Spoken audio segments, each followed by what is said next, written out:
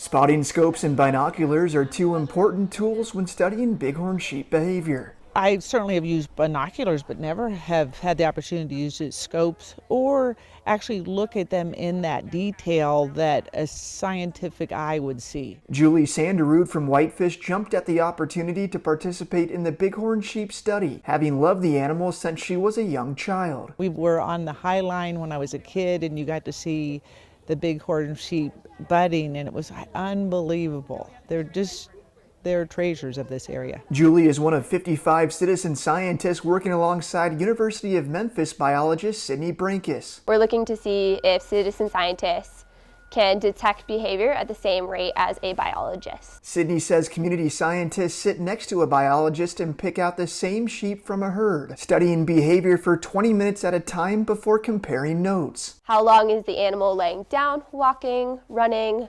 playing, interacting with each other, things like that. Sydney says this data goes a long way in comparing behaviors in healthy bighorn sheep to those infected with bighorn sheep respiratory disease. Signs like coughing, nasal congestion, so nasal discharge, drooping ears, you'll see their ears go from up to down. She says the disease is destroying bighorn sheep populations across North America, leading to herd extinctions in certain areas in Montana. Even in the Bob Marshall, we went from thousands to hundreds.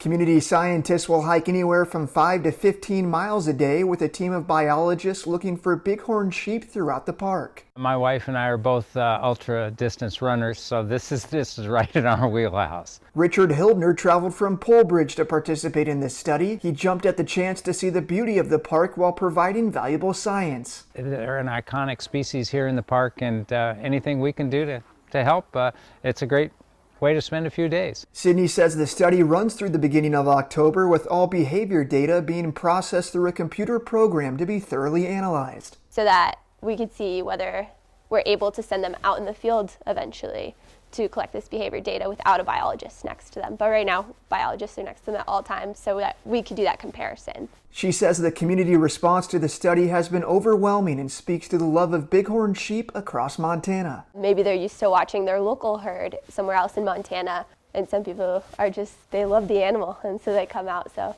I think that's part of the reason we've had a lot of interest, is just the charismatic bighorn sheep draws everybody's interest. In West Glacier, Sean Wells, MTN News.